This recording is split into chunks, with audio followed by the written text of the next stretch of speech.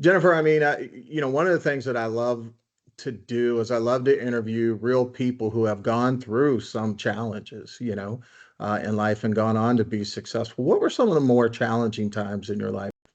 Yeah, so I have had some soul shattering times in the last few years, especially, with the pandemic. I launched a startup in the pandemic. I started February 2020, and I thought we were off to the races. We were doing great. I had investors lined up.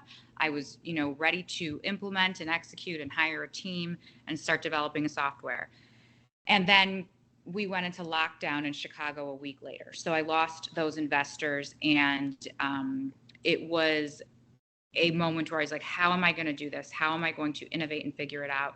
And contacting hundreds and hundreds of people, talking about my mission, promoting my mission and the solution and what it was that I wanted to achieve. I raised my first round of capital that way, from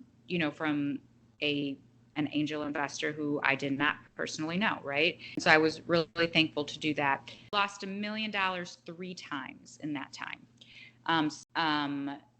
From 3 different investment groups. I lost it with the pandemic. I lost it with the Ukrainian war. There was a stock market crash. And a whole bunch of other things in between, because we had such tough times in the economy and in our country and our world. It's just, Yeah, yeah. oh my God, you couldn't make it up. And so I had Trust me, I understand that story.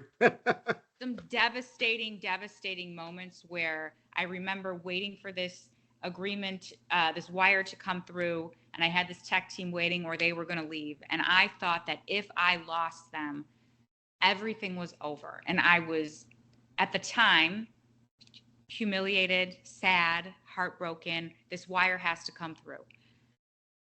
It didn't come through.